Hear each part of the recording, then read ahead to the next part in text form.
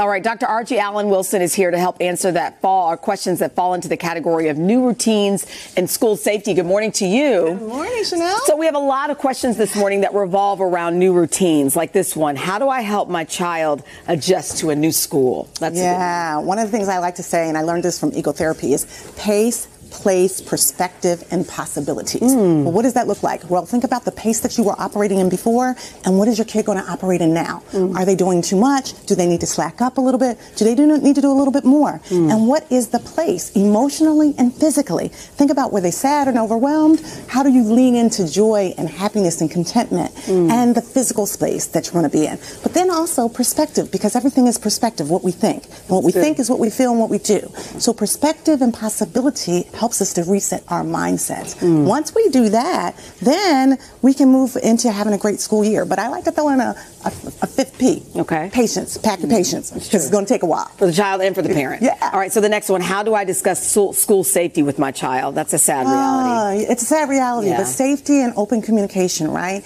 And so you want to start with concise, specific, and direct guidelines in terms of action steps. What do they do? Dr. Rogers used to say, go look for the helpers. Identify 3 people that they can go to if something happens. But also, kids have technology now. Have your phone number and their emergency contact on speed dial so they can get to you when they need to. Then at the end of the day, you got to breathe. What you do in practice is what you do in the game. So do breathing exercises. That actually decreases the cortisol and adrenaline levels and increases their ability to think more clearly if something happens. That's really interesting to breathe, even in a time of trouble. Okay, This is a good one. Last one. In my house as well, what's the best way to control electronics in the house? How much time? About 30 seconds in.